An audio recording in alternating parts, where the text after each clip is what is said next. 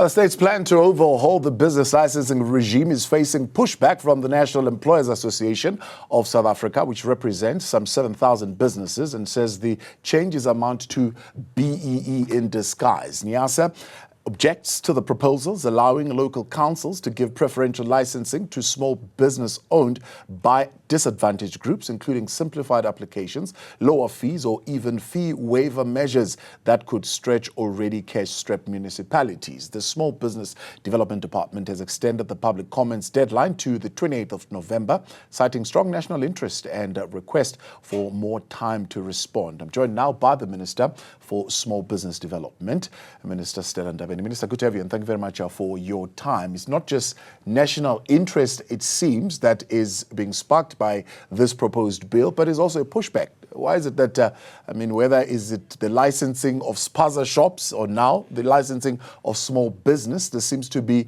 a pushback against that regime. Thank you so much, Thabo, and good afternoon to all the viewers at home. Probably let me first explain what is it that we are trying to address by this bill, which has been raised by the citizens of South Africa, especially those that are in the small business sector. One of the things that they are complaining about is that there is no space where in the legislation where it dictates how should we regulate foreign-owned businesses, especially in the small business sector.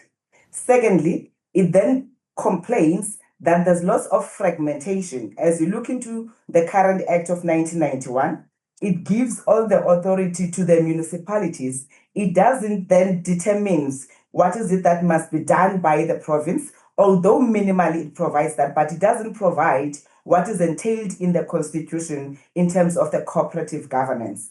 And these are the mischiefs that we are trying to address. And also, it doesn't look at the modern businesses. It focuses only on businesses in the food sector, businesses, hawkers, and all of those. So we're trying to bring alignment in terms of what must be done, and we're trying to do away with the fragmentation to say all municipalities, this is the guide of how they should provide permits or licenses, and therefore regulate in a standardized form rather than what we see in the city of Cape Town versus what you will see in Johannesburg. So we're trying to bring an alignment and therefore collaboration between all the spheres of government. So are you removing the authority of licensing from municipalities, or are you aiding province to be able to also authorize licensing? What are you seeking to achieve? We are not removing the authority from the municipality, but we are bringing the province and the national to have space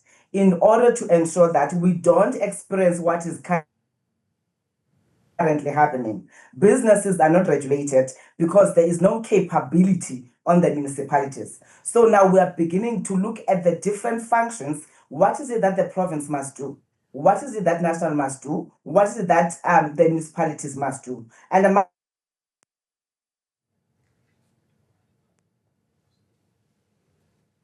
seem to have a challenge there with that connection with the Minister of Small Business Development, Mr. Stella Ndabeni.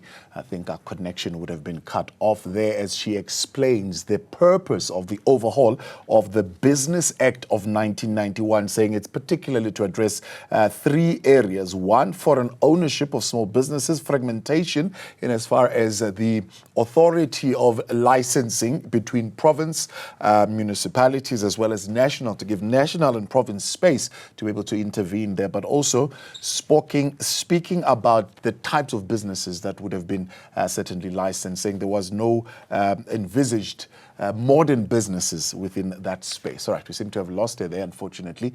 I will try and make that connection a bit later on.